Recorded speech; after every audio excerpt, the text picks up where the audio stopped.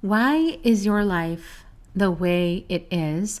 And why is the world the way it is? And do we just have to accept it and cope with it? Or can we do something with it? Can we change it? Can we retrain ourselves? Can we experience the unexpected?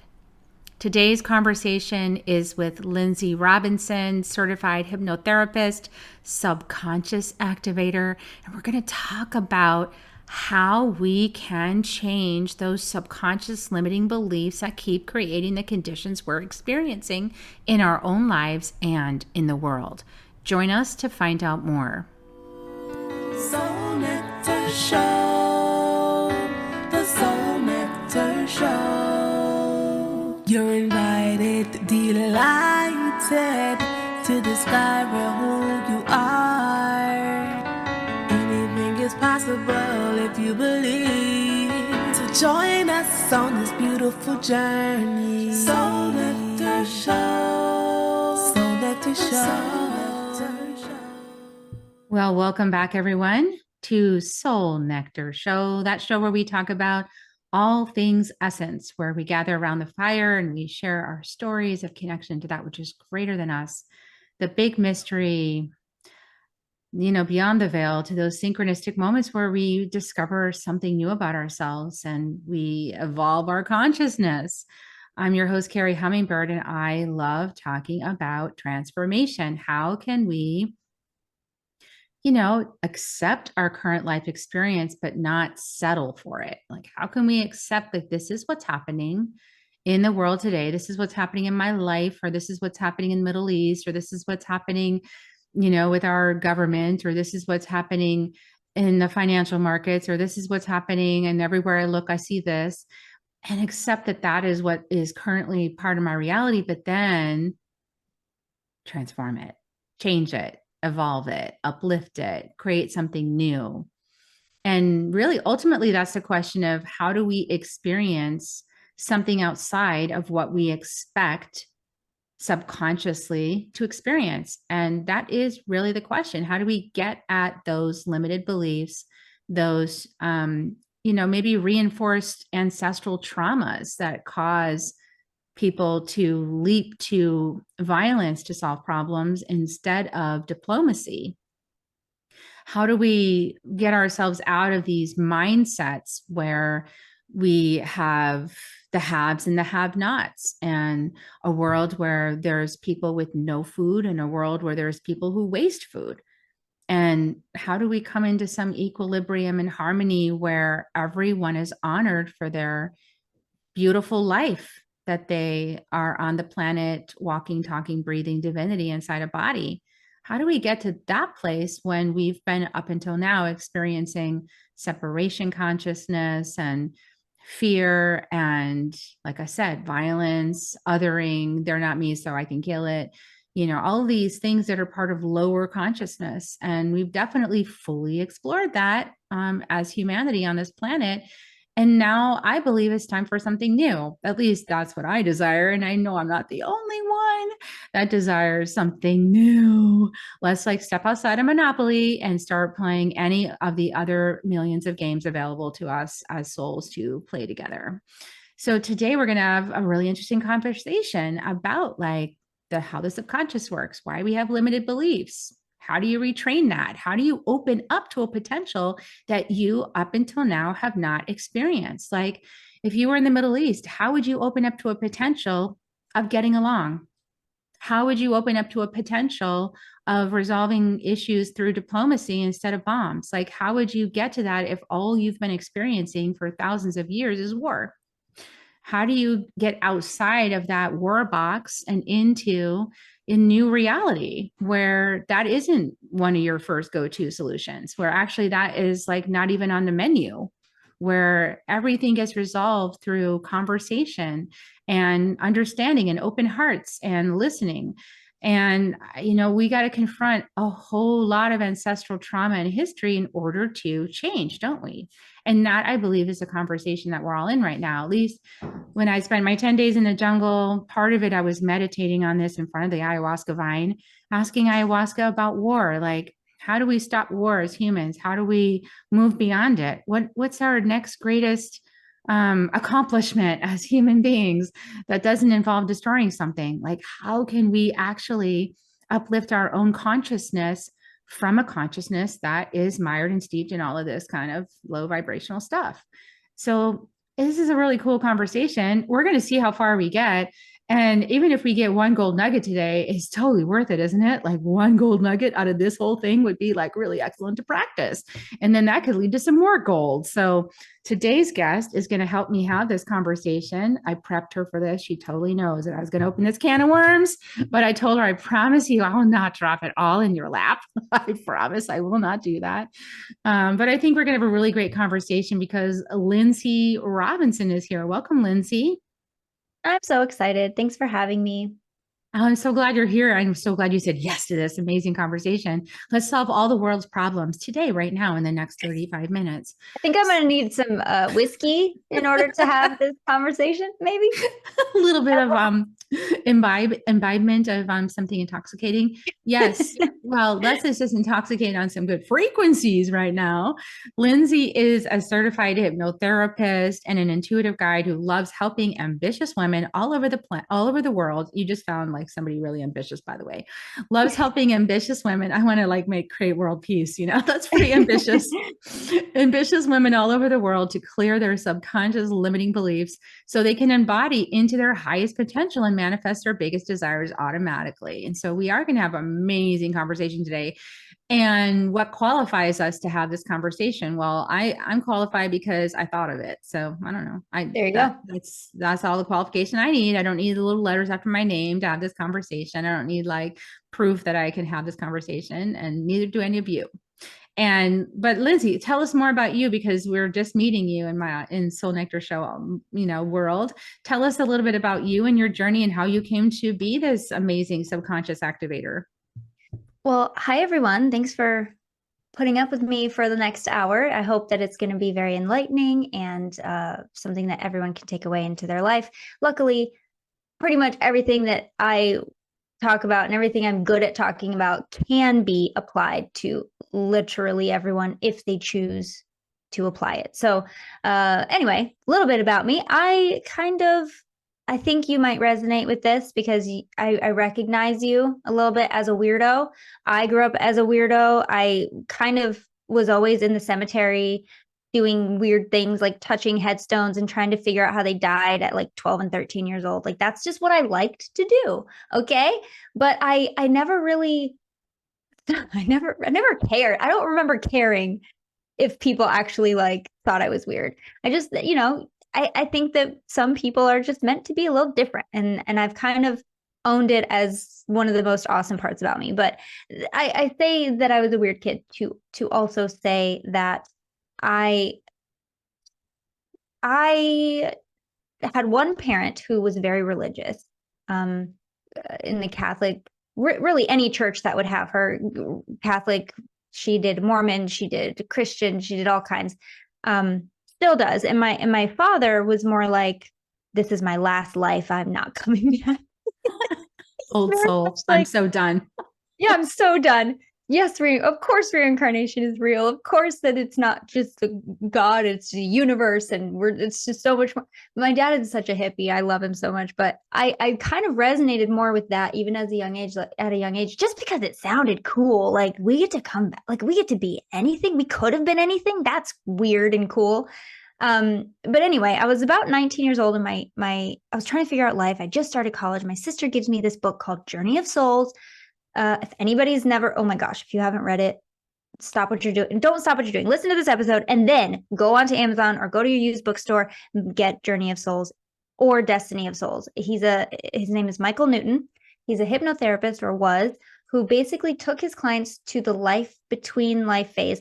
Can I just are we all open to reincarnation on the show? Am I like, oh yeah, no, you're speaking our language. We're good. Okay, good. So he basically took his clients on accident. The first couple, he had no idea what was happening because he was a psychologist, very much like clinical, right? And then when this stuff started happening, he was like, what the heck is going on? What even is hypnosis? This is weird. But they would go through this process of like choosing their next life based on what their soul needed to learn and what their lessons were, all that sort of thing. So I was completely fascinated. This is something that I never knew was real, but it felt so true to me that I was so hungry for every bit of information I could get. So from then it was just like, that's it. I'm going to be a hypnotherapist. That's it. That's it for me. This is what I'm going to do for the rest of my life. Again, I was 19 years old, but something activated within me to make me move to California within a few months of reading these books, because I knew for whatever reason, the next part of my life would be in California. I didn't know why. Not really. People would ask me and I'd be like, oh, I just don't like snow. I was in Michigan at the time. Like, oh, which is true. I didn't like snow as a 20-year-old kid, but so I moved to LA and quickly realized it's expensive and you need to get a job lest you move back home like everyone else does. And I was not going to do that. So I got a job, basically forgot about hypnotherapy and all that stuff. Fast forward about 7 years. It's now 2012. I had my first boy and I really asked myself, like, what do I want to do with my life? I want to be with my kid. I don't want to go back to work. I know we need money, but like, what do I want to be when I grow up? Like I found myself at 27. Like, what do I want to do with my life? So that I can make my own hours and stay home with my kid. Immediately in my head, boom, hypnotherapy. Remember that? Remember you wanted to do this? And I got excited and I got all the things you're supposed to feel when it feels perfectly right. And then the voice of logic and reason and responsibility and the boring voice of like, oh, come on, you got to do something realistic. You're a mom now, get it together, go get a job, right? And I kind of agreed with the voice. I was like, yeah, I got to take care of my family and my husband's doing everything he can to get money, but we need more. And I can't really start a new thing right now. But then another voice came that was like, but why not? Why can't? It was like a whisper, right? It was like, why can't you? But why not? Everyone who's ever done anything has had to start with this decision. Everyone. So I was like, okay, well, hang on. Why can't I? What if I just made a call? What if I just looked into it, And I did. And it turns out I found an institute that would have been right down the street from where I would have gone back to work. Like what? First of all, that's the first coincidence. LA is not a small place. So when you find something that was down the street from where your job was, where you would have gone back from maternity leave, like that's crazy. I never noticed this building in the 7 years of living in LA, never once. But then there it was, big as ever. And I walked in, did a tour. The next day I started the new semester because the new semester started the day before I went and got a tour. They're like, we just started yesterday. Of course you did. How handy. Of course you did. Start right now. Yeah. So I called my husband from the place and I was like, can I do this? And I wasn't really asking permission. I want to be clear. I was asking, give me a reason to not do this because I'm scared, right? That's what was happening. And he said, do you really want to do it? I said, yeah, I do. Well, then we'll figure it out. You got to do it. And I was like, wait, what? You were supposed to tell me not to do it. Wait a second. I was like counting on you. You were my last hope to be able to just, and I know now, okay, that was my subconscious trying to keep me safe. Your subconscious has one job. It is to keep you breathing, keep you alive based on the information that it has that will keep you safe. Starting something unknown, not knowing if it's going to work out is scary as hell. Can I say that? It is scary as hell. So when something like that happens, your subconscious, all of your abilities in your body, your mind, and your emotions will start to activate to keep you safe in the small, uncomfortable, comfortable box that you've created or that it's created for you. So when you want to step outside of that, it feels exactly like that. It feels scary and uncertain and all of the things. But anyway, I did that. 10 years later, I'm here and it's been a wonderful ride. I do have one more kind of synchronicity that I always love. I really, like, you can't make this stuff up. It's incredible. So you remember I read the book when I was 20. That would have been 2005 or 2006. I can't remember depending on when it would have been.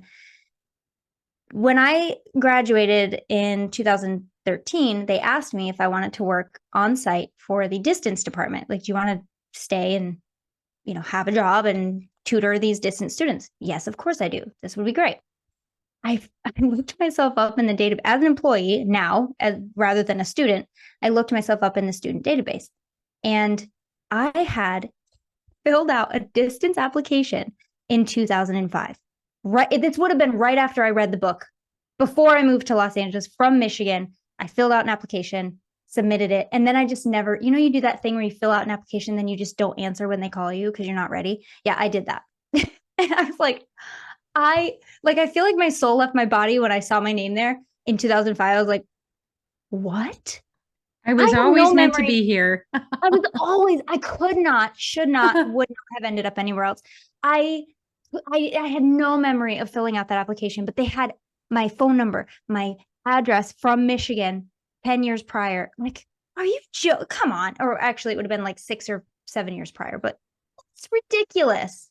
You know what's so amazing about what you're talking about is that, first of all, you were always meant to be it. This was just part of your path. And then the crazy way that you knew that you had to move. Like I had a similar thing where all of a sudden after college, I went to college in New England in Massachusetts. And I was like, I need to move to California. Random. Yeah. I need to go to San Francisco. Why? I mean, somebody gave me a book to San Francisco. I was like, that's where I need to go. And I just went across the whole country without anybody there with me. And my family was like, ensued, coming from a small town in Michigan, they're like, you want to do what by yourself? What? This does not compute. And I just, you just have to do it. And then still like years later, I would call my dad and he'd be like, okay, so when are you moving back? Don't you get it yet? Yeah. I mean, not happening. It's really fascinating how life brings you those curveballs. And when you're young, you're usually more willing to follow those. But I mean, think about it. Like when you grow up, your whole identity and your whole concept of the world is formed where you grow up. Right. And so if your family's only ever lived in the one space and you only ever know that community or that geographic space or those school systems or that government, that's what you think is reality. And, going back to like applying this over in the Middle East, it's like, that's what you think. Like if the bombs are always dropping on your house, you're like, well, they're always just going to drop. And that's just the way life is. You don't know that someplace else it's never like that. Like that has never happened other places. Right. So so you got to kind of get out of your own box. And when you moved to LA, you had this opportunity. I always love the opportunity of being whoever you want to be because nobody knows you. So you can be whatever you want to be, right? Whatever feels right. Did that happen for you when you moved? I found myself, I guess I would describe it as you're 20. You don't know who you are. You don't know who you are at 20. Most people don't know who they are. They don't know which way is up or down or what life is even what it is. You just know how you were conditioned to think life was and how you were. Yeah, you just know. Yeah, exactly. As far as I'm concerned, I was a kid at 20 still. I was baby. But I found myself feeling comfortable and safe discovering who I actually am in California, because there were no expectations on me to hold. Not that there were back home, but I feel like I would have thought that. I feel like if I would have tried to step into my authenticity in my town with my family who knew me from a baby, I may have not felt quite as free to do that. But I think you're right. When you go to a place where you're a blank canvas and you get to decide what you like, what you don't like, what you'll tolerate, what you won't tolerate, what's okay with you, what isn't. It's just so much more freeing, I think, to be able to explore that in a place where there's no wrong answer. But for some people, and I think this would have been my experience, I feel like parts of me I could have felt parts of me were maybe not able to be explored as well because of the expectations on me from, that naturally happen with family and with old friends and things like that. Like I'm not the same person. Fundamentally down to my core, I'm not the same person. There's the basics, but like, my personality was formed, and who I am and who I believe is the real me, the true me, the authentic me, I believe started to get formed once I moved away. Once you left the construct. Yeah. Like once you left the construct and you got outside of it, you got outside that bubble of reality, all of a sudden the mind goes, you mean there's other potentials?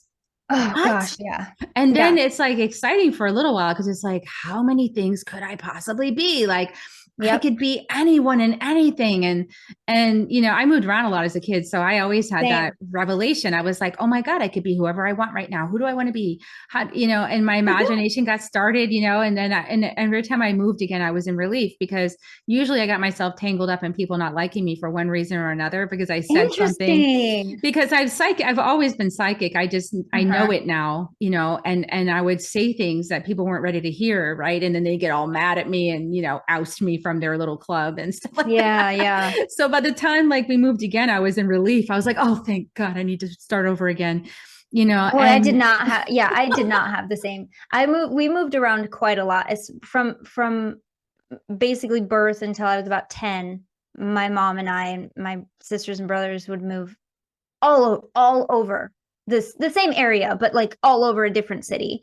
And then by the time I was 10, I moved in with my dad, and we just stayed in the same stayed put, right? Stayed put in that town.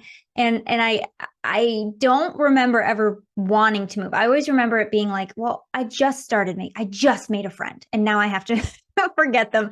And for me, it was definitely a different experience. But I could imagine like if you like feeling as if even at a young age feeling as if, oh, I can, it's a new day, it's a new start, I can start fresh. And that is a very good feeling. and I take know all I your definitely, lessons with you, right? Like, oh, yeah, cool. I like totally. learned all these pitfalls. Don't do that. You don't know, like don't do that. Yeah. people in Yeah, small towns exactly. have a hard time forgiving, you know, is what I've noticed. Like people Yeah. that stay in the same town forever, like small towns especially, they have a hard time forgiving stuff because they're just like, you can't do that, you know? Well, yeah, and I just want to add on, like I know I said I wouldn't, I feel like I wouldn't have felt as free to explore who I am in where I was, but that's not to say that I don't appreciate who I was, because I will call like my high school, middle school. We became best friends in middle school. We bonded over Titanic, the movie. We're like, oh my God, did you see Titanic? Yes, I did. What a great movie. Let's go see it 75 more times in the theater. But when I call her, when I call my best friend from like middle school, I go right back. Don't we all? We go right back. We revert right back to who we were when we became friends with them. And that's beautiful too, I think, because best friends, especially at young, like old best friends, can bring out parts of you that you don't always explore, that childlike side of you that just wants to have fun and, you know, be funny and be weird and silly and all that kind of thing. So I definitely appreciate when I call home and I revert back to who I was at 12 or 13. But yeah, I think the feeling you get from going somewhere that you're not used to, that is really just a blank space, a blank page, a blank canvas for you to paint. There's really nothing like it. I don't think I could have done anything else. I think I did it exactly how it was supposed to.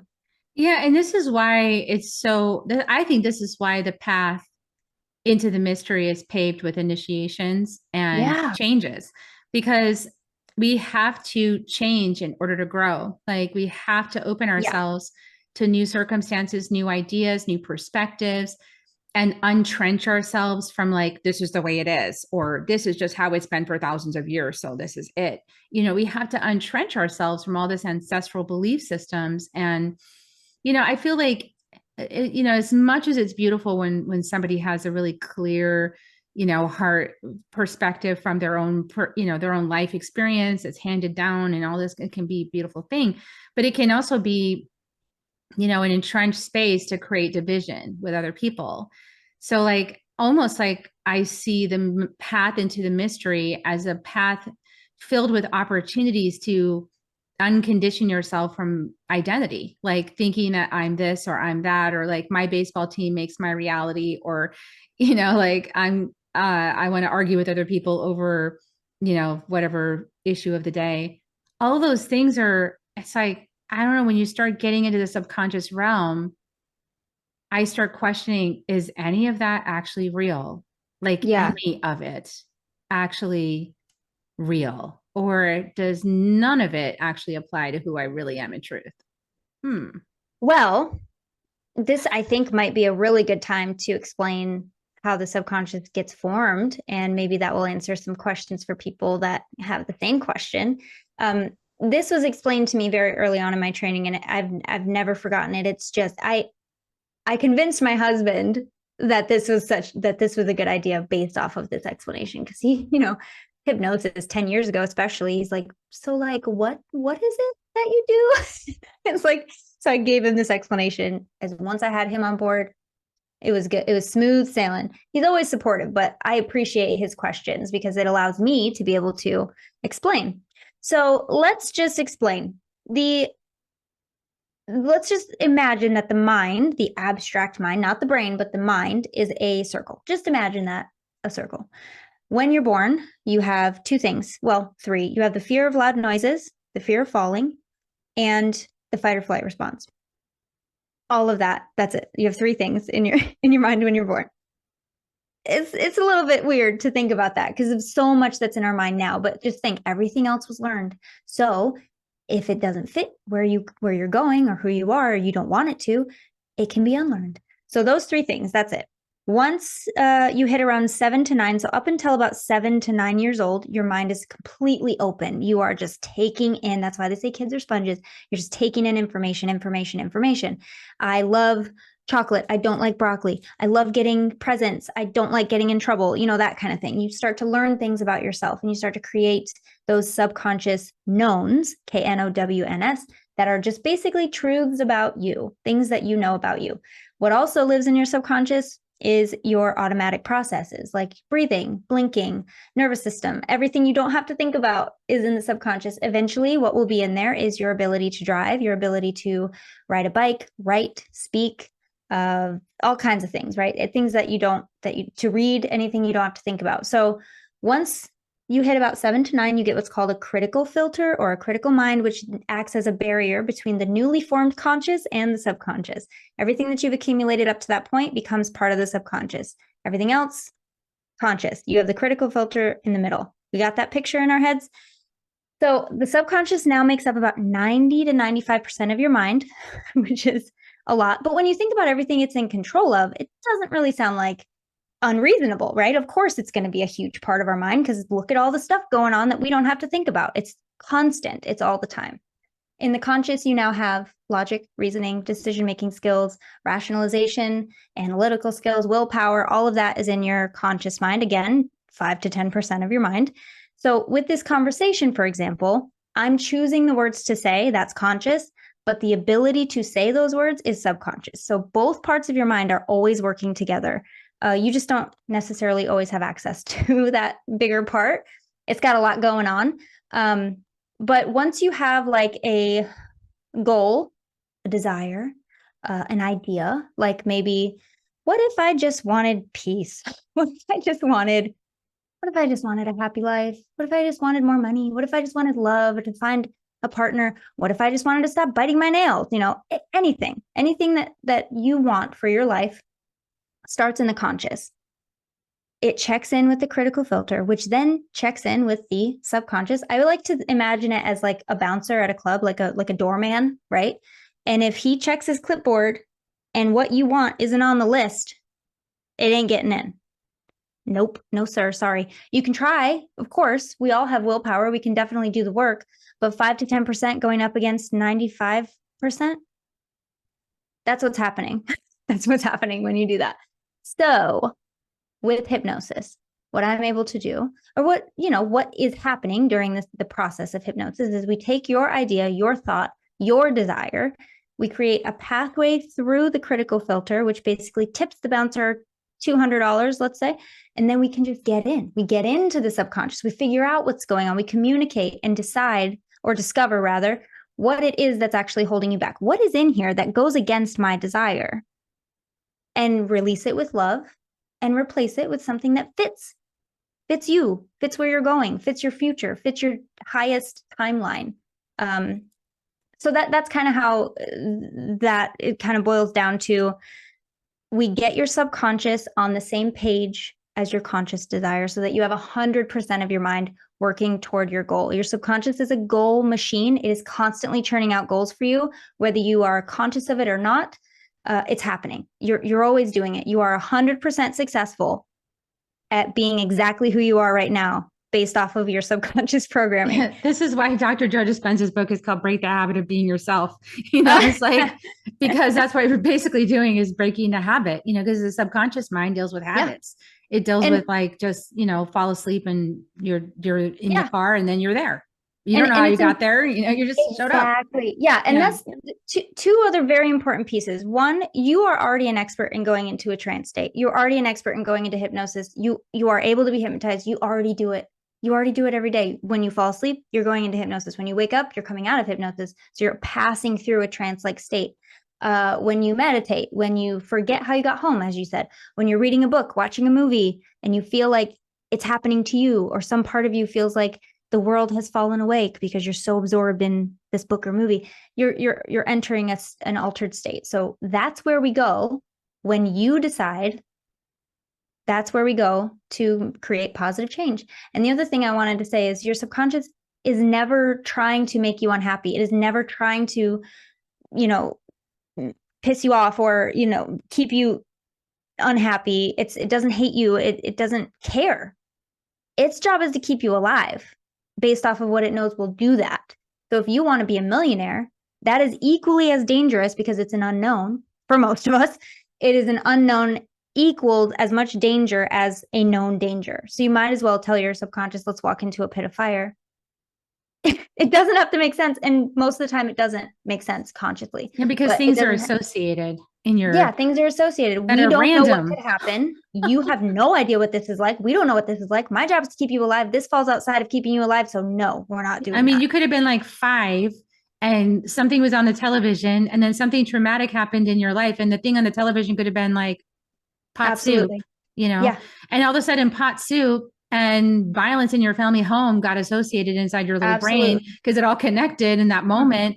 And it's like, why is this connected? And then later on, you're just so terrified of pot soup. It's like, why am I so afraid of it?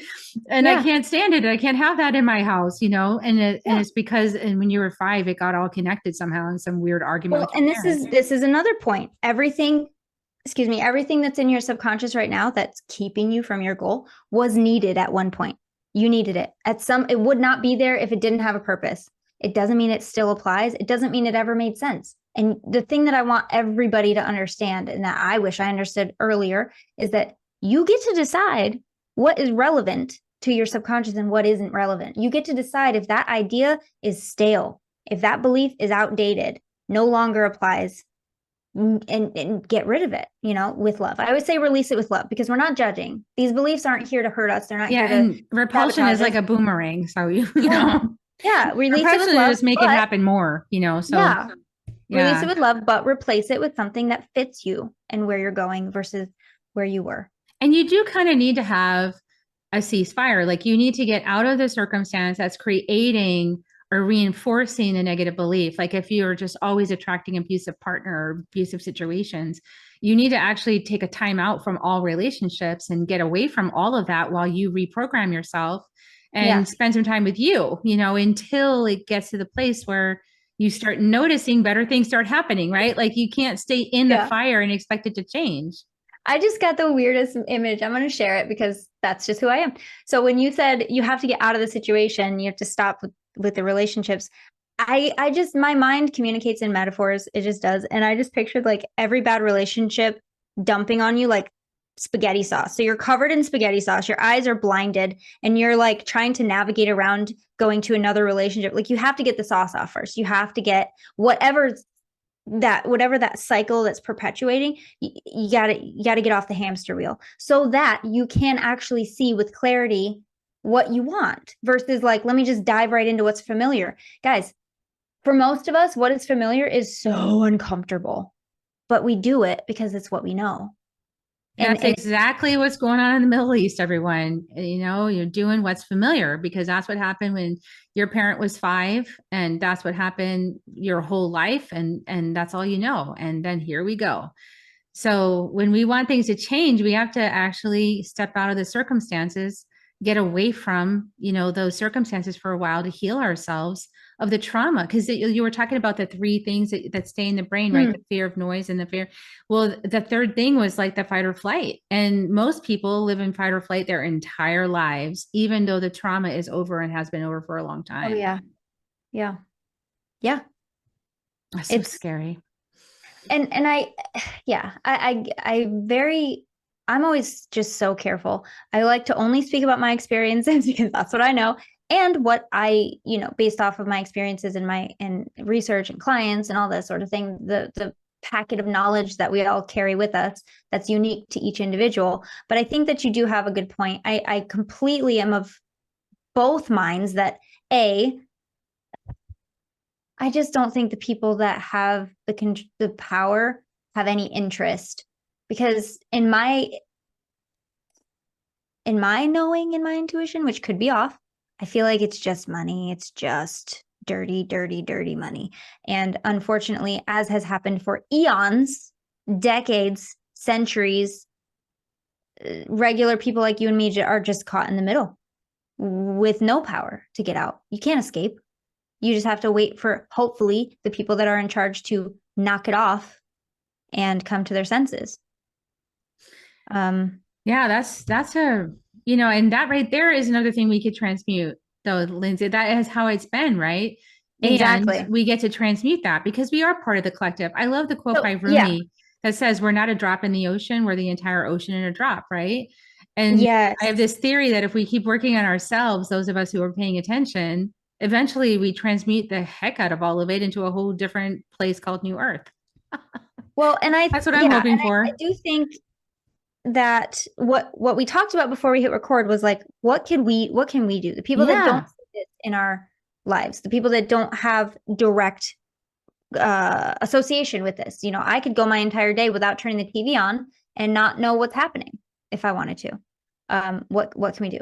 I agree 100% that if you feel like there's nothing you can do, the one thing you can do is make sure your inner world is reflective of your outer world. And it's not a small thing. It's not an easy thing. I'm still working on it most days, but if you can somehow bring your inner peace in alignment, if you can bring your inner self peace, it's doing more than you think it's doing, usually. I saw this thing once of somebody that came on the podcast, I think, and I wish I remembered who it was, but they said something so beautiful, and it was, one enlightened person or one awakened person will affect up to like 17,000 people energetically. Now, I don't know if that's true, but I'd like to believe it's true. So why not? Why not just believe it's true and start working on your high vibes? Yeah, high vibing it. Exactly. I love that. Perfect. So, well, I know we're up against our time. Thank you for your wisdom. I mean, I could still go for like another hour, you guys. Me too. This is a good conversation. You'll have to come back. You'll have to come back. So, I mean, this has been amazing. It's a good start, right, everyone? Like, could you get one nugget for how you can make a difference? Because I know my audience is filled up with people with big hearts that really, feel it when there's all these things going on in the world and it feels terrible inside. And so what can we do? We, as empaths, as connected psychic people, is like, feel it to heal it, man. Feel it to heal it, and eventually the drop of ocean that you are will infect all the other drops of oceans that they are, and the vibration of love. And I believe we're here to do that. I do have one thing lastly to say, and that's just to impress upon everybody the importance of staying within your own powers of, I mean, I guess I would say stay within your capacity for knowledge. Do not go beyond, do not force yourself. Please. I want to cry saying this because so many of us feel like we have to watch, we have to look, we have to see. But if it causes you more harm than it's than good, don't do it. Please, please, please protect yourself, protect your energy, do good, but don't force yourself to watch. Please don't do it. This is in the shamanic world, this is called the soft gaze on it. It's like the peripheral gaze. It's like, that's going on. So you're not turning a blind eye to it, but you're also not giving it your energy, focus, and attention, which gives it more power, actually. And I wish more people knew this, that like arguing about it and taking sides and getting all emotional and upset is like feeding the energy that is feeding that condition. Actually. If it causes low vibes, it's causing low vibes. Creating more low vibes, and it spreads like a virus. So let's spread the other virus of love and peace. Yeah. And it's you know, impossible. instead. I think it's impossible to think about it and feel happy, of course. No, of I course think not. all I would advise is just know what your limit is, know how important your own mental and emotional health is, and just nurture that. Have compassion, don't be blind, but also please don't go beyond your capacity to feel it, okay? Because it will cause more harm than good, and you're not helping anybody by doing that, least of all yourself. So take care of yourselves. That's all I'm saying. Take care of yourselves, please. And don't feel guilty for being placed in a lifetime where you get to emanate peace. I mean, Exactly. emanating peace is a beautiful gift, and that helps everybody else when you emanate peace. So Beautifully sometimes said. it's like focus on the gift that you were here to be. And when Yeah. you bring that energy, it helps everybody else.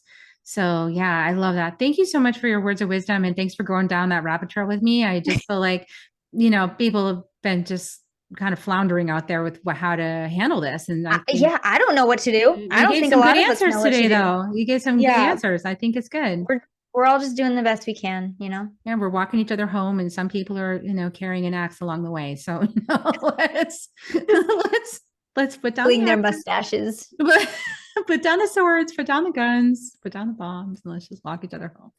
Okay, everyone. Thank you so much for being with us. I appreciate you, Lynnsey, and I know I'm going to be on your show soon, so I'm really excited. I'll put all the links in the show notes below for how you can find Lynnsey and work with her some more. And I'm going to give you guys kisses now. Would you like to join me, Lynnsey? Here come Of the kisses, course. everybody.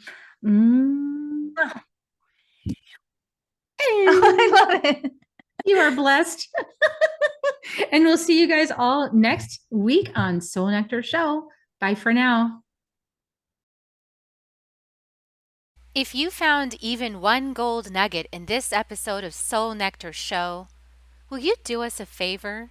Will you subscribe, like, and share this episode? Maybe even write a comment and let us know what you thought about it. We really, really want to engage with you at a much deeper level. Let's be part of community together. Have a great week, everyone. Bye for now. To dive in deeper to nourishing conversation, visit soulnectar.show. Soul Nectar Show. Awaken, Nectar Show. Take a sip from the drip of nectar, from the source of who you are.